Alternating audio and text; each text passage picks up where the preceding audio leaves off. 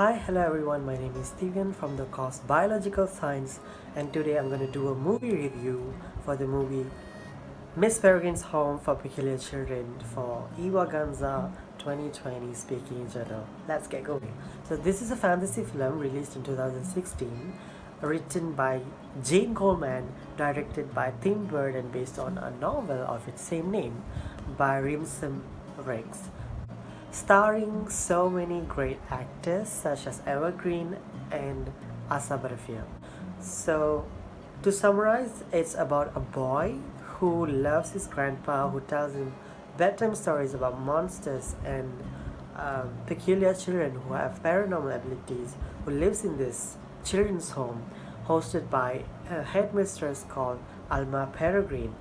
So suddenly the grandpa dies because of a mysterious death, whereby his eyes get pulled out of his face, and it terrifies Jake to the point where he seeks the help of a therapist.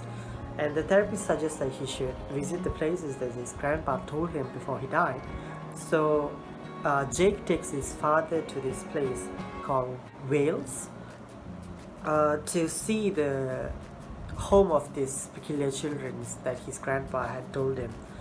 So once he gets there, he sees this house and realizes that the house was long destroyed in 3rd of September 1943, bombed by the Germans, and the house was just messed up and collapsed and abandoned. So he realizes that there's nothing he can do about it. But then he enters the house and sees some of the kids that his grandpa told who claim to have this paranormal abilities, and they take him to this loophole whereby they cross it and they enter the year 1943, which is amazing.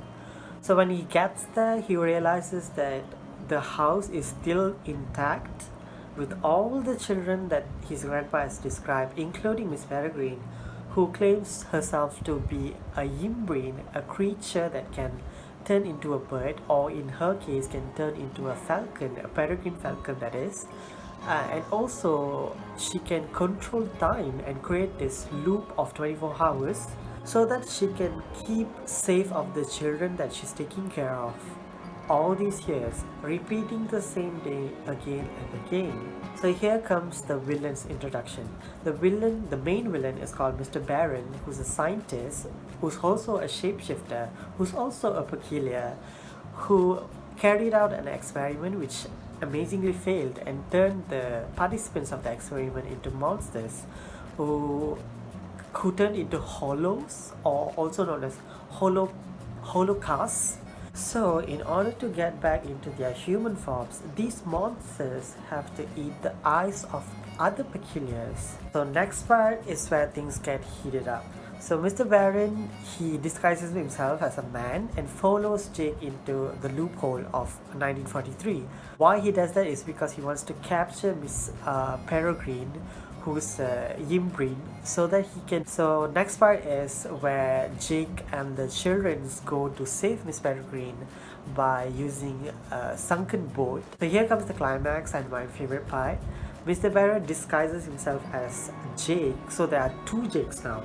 So his friends are really confused of like what to do. They ask questions to Jake to see which one is the real Jake. So Mr. Barrett says the dialogue like I'm ordinary and stuff, and suddenly Jake gets this courage and tells that I'm not ordinary, I can see monsters. And suddenly there's this monster, the eye-eating monster behind Mr. Baron, who's also Jake now, and he eats his eye out, and that was just really satisfying to watch.